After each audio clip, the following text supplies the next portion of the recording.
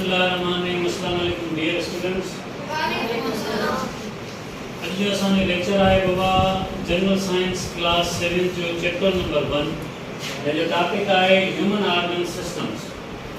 बाबा पाण के खबर आहे त ह्यूमन वर्ड जी माना छा आहे। ऑर्गन जी सिस्टम, ह्यूमन माना इंसान, ऑर्गन माना उज़वा, ये सिस्टम्स माना सृष्टा। अच्छा पाण ऑलरेडी पढ़ियो से ऑर्गन यानी कि उज़वा जेके हुंदा आहिनि they are the combination of more than one number of similar tissues. ठीक आहे, उज़वा सागे में ही ओजन या तांदूरन जो छा हुंदा आहिनि जोड़ हुंदा आहे। ठीक आहे, ओजन घणे का घणा उज़वा मिलंदा आहिनि त पोइ पाण पढ़ियो आहे छा ठहंदो आहे उज़वनि जो सृष्टो। पर मेनली वर्ड सिस्टम जो मतलब छा आहे कलेक्शन ऑफ ऑर्गेनाइज्ड थिंग्स। माना जॾहिं तमाम घणे तादाद में असां वटि शयूं मौजूद हुजनि पर उहे वेल ऑर्गेनाइज्ड हुजनि।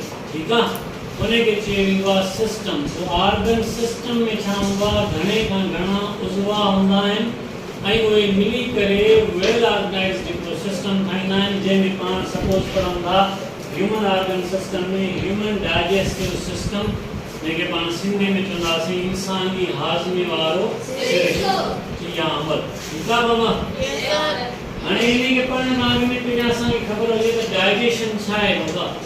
डाइजेशन यानी कि हाज़मे जो अमल या हाज़मो आहे छा, पोइ पाण चवंदासीं अहिड़ो अमल जंहिंसां खाधे जा वॾा ज़रा खाधे जे नंढनि ज़रनि में बारीक ज़रनि में टुटी करे असांखे तवानाई मुहैया कनि त इन अमल खे चयो वेंदो आहे डाइजेशन या इन प्रोसेस के छा चयो वेंदो आहे डाइजेशन यानी कि हाज़मे जो अमल। ठीक आहे, चलो प्रोसेस बाय व्हिच लार्ज या कॉम्प्लेक्स ॻाल्हि साॻी आहे वॾा मॉलिक्यूल बाबा फूड जा particles are broken down into the simple or smaller food particles and provide the energy इनखे चयो वेंदो आहे डाइजेशन या डाइजेस्टिव सिस्टम। हाणे में बि बाबा जेको डाइजेस्टिव सिस्टम आहे उनजी शुरूआति थींदी आहे छा खां वात खां बाबा। माना इंसानी हाज़मे वारे सिरिश्ते जी जेका शुरूआति रहियो आहे छा खां हे वात खां। उहो खाधो मूव कंदो आहे छा में निर्गत में, मादे में, नंढे आंगरे में ऐं वॾे आंगरे में।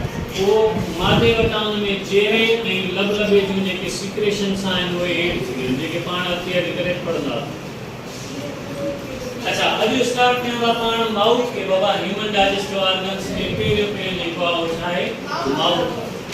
चलो माउथ खे सिंधी में वात चयो वेंदो आहे बाबा। उन में कहिड़ियूं शयूं मौजूदु हूंदियूं आहिनि टीथ, टंग ऐं एंजाइम्स। माना दंद, ज़ुबान ऐं केमिकल्स या एंजाइम्स हूंदा आहिनि। हाणे दंदनि जो जेको कमु हूंदो आहे बाबा उन में छा हूंदो आहे खाधे जा नंढा नंढा टुकड़ा करणु या बारीक हिसा करणु। माना टू मेस्टिकेट द फूड, खाधे जा नंढा नंढा ज़रा या टुकड़ा बनाइणु दंदनि जो कमु हूंदो आहे। जॾहिं त ज़ुबान जो कमु हूंदो आहे टू रिवॉल्व द फूड, खाधे खे हेॾे होॾे फेराइणु। ठीकु आहे, माना ज़ुबान खाधे खे हेॾे होॾे फेराइण में मदद कंदी हिकिड़ी ॾाढ कान ॿिए दंद जे या मुख़्तलिफ़ जेके माउथ जो माना एरियाज़ आहिनि उन्हनि जो। ऐं एंजाइम्स या केमिकल्स हूंदा आहिनि जिनजो मेन कमु हूंदो आहे to soften the food particles, खाधे जे मॉलिक्यूलनि खे या हिस्सनि खे नरम करणु। पर नरम करण सां गॾोगॾु एंजाइम्स जो ॿियो कमु बि हूंदो आहे जेके पाण ऑलरेडी करे जेके मुख़्तलिफ़ हाणे 9th जा ऐं मैट्रिक या फर्स्ट ईयर इंटर जूं जेके बायो जा क्लास आहिनि उन्हनि में तव्हां वधीक सिखंदो। पर एंजाइम्स जो मेनली कमु जेको आहे उनखे सॉफ्टन करणु हूंदो। ॿियो कुझु कार्बोहाइड्रेट जा मॉलिक्यूल या जेके शयूं असां फूड तौरु खाईंदा आहियूं उन्हनि खे उन ई वक़्तु माउथ में जेके एंजाइम्स हूंदा उहे ब्रेकअप कंदा हलंदा। पोइ जीअं अॻिते पाण पढ़ंदासीं मादे में मौजूदु जेके एंजाइम्स हूंदा उहे उन तरीक़े सां कनि था। ठीकु आहे बाबा, इहो अॼु जो असांजो लेक्चर ह्यूमन डाइजेस्टिव